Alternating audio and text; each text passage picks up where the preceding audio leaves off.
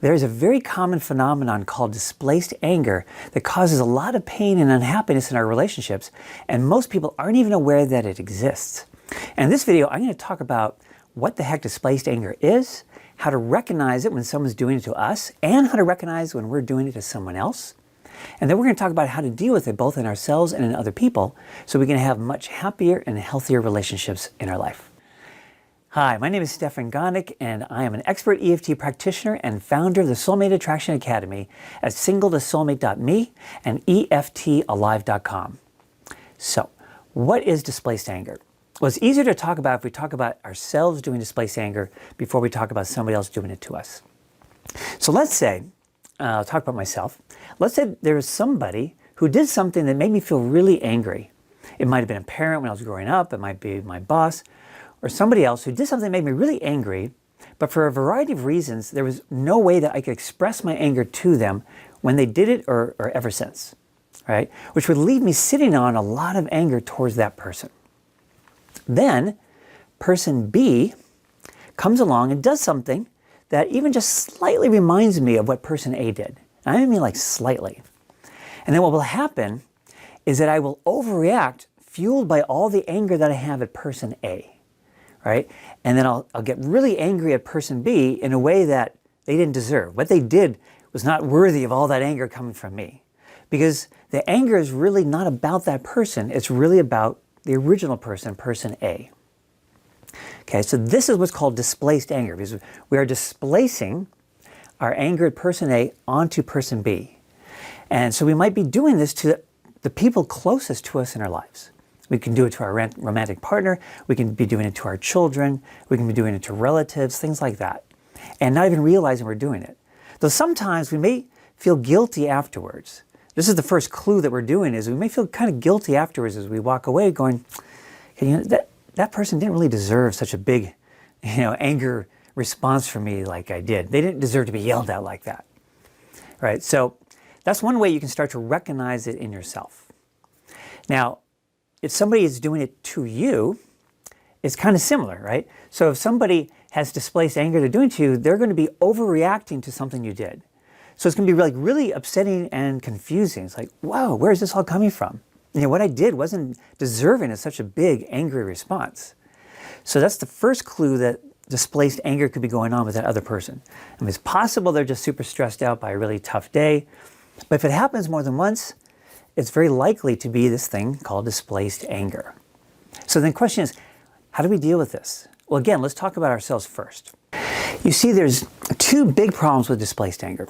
The first one is really obvious, and that is this person that we're getting really angry at doesn't deserve our anger, right? Or at least doesn't deserve such a big angry response.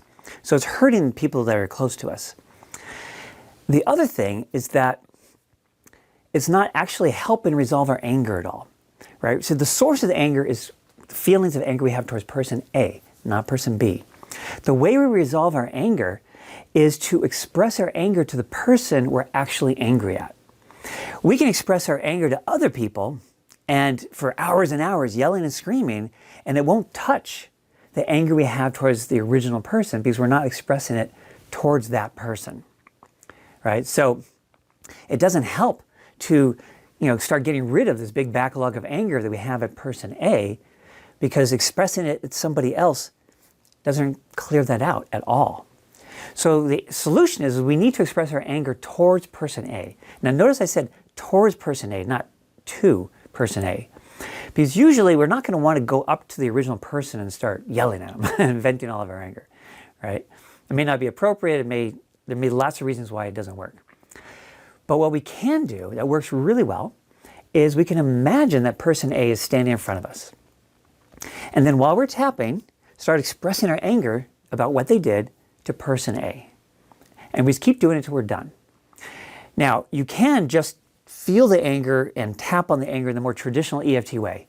Even though I'm really angry at so-and-so because they did such and such, I deeply and profoundly love and accept myself 3 times, and then I'm so angry at so-and-so for doing such and such. I'm so angry at so-and-so for doing such and such.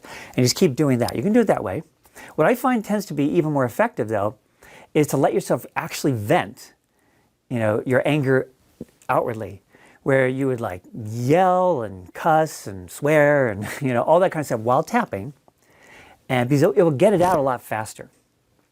You see, if kind of feeling the anger while tapping, you're probably not fully in touch with it.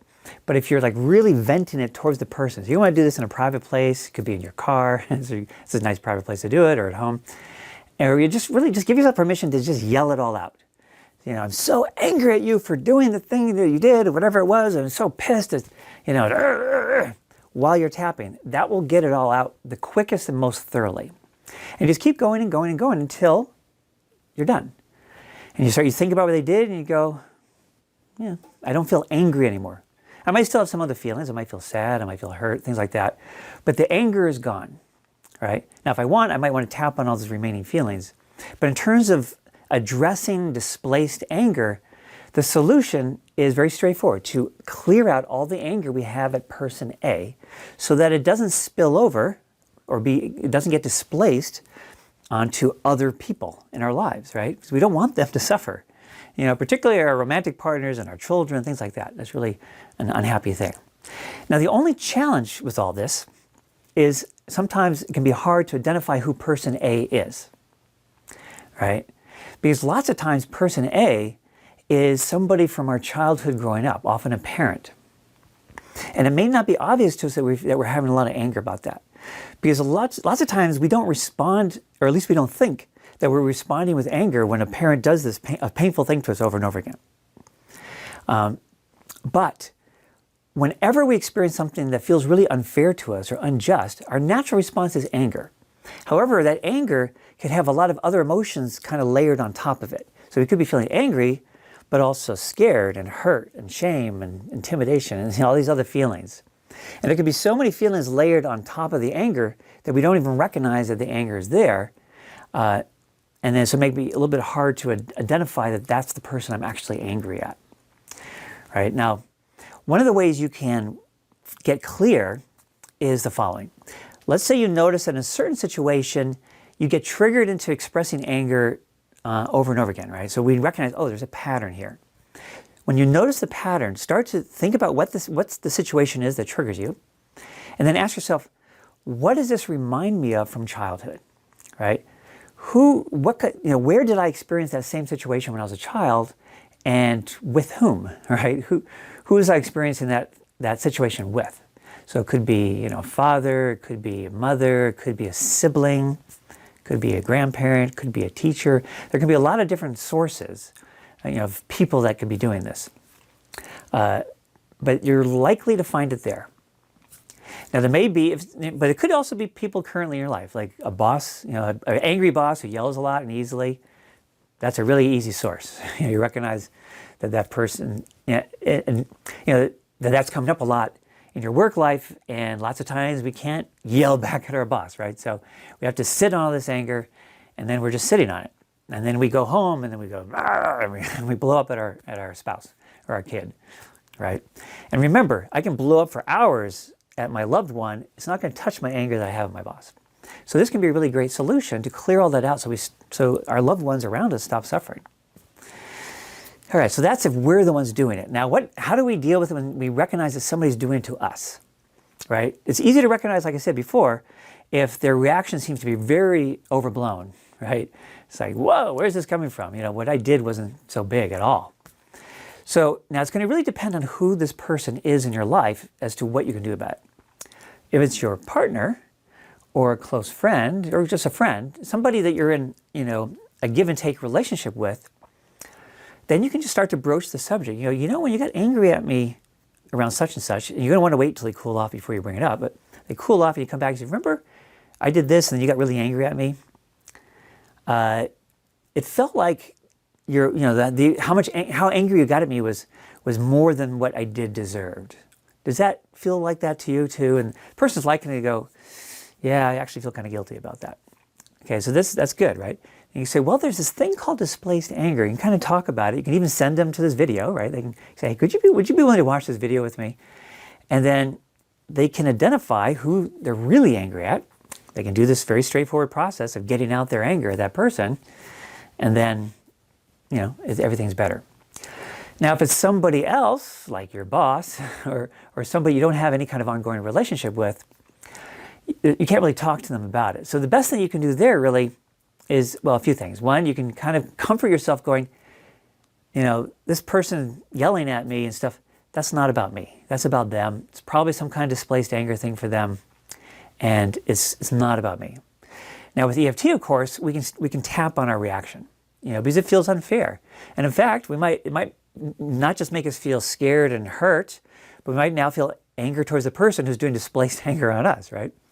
So we can tap on that. We can imagine the person's there and just express all of our anger towards that person while tapping to clear it out. So again, we don't take it out on our loved ones. So this is a very common phenomenon, this thing of displaced anger. It happens all the time. It happens to us all the time. We do it without realizing can be pretty frequent, things like that. So it's really helpful to be able to understand this phenomenon and what to do about it. So I hope this video was helpful. If it was, it would really help me and other people to find this video if you would click on the like button. And on my 2 websites, I have these really cool, in one case on the singletosoulmate.me mini course, I have a free mini course called The 3 Secrets to Attracting Amazing Love. And on my EFTalive.com website, I have an ebook called Change Your Beliefs, Change Your Life, using the magic of EFT that many people find extremely helpful. So in any case, keep tapping, and I'll see you on the next one.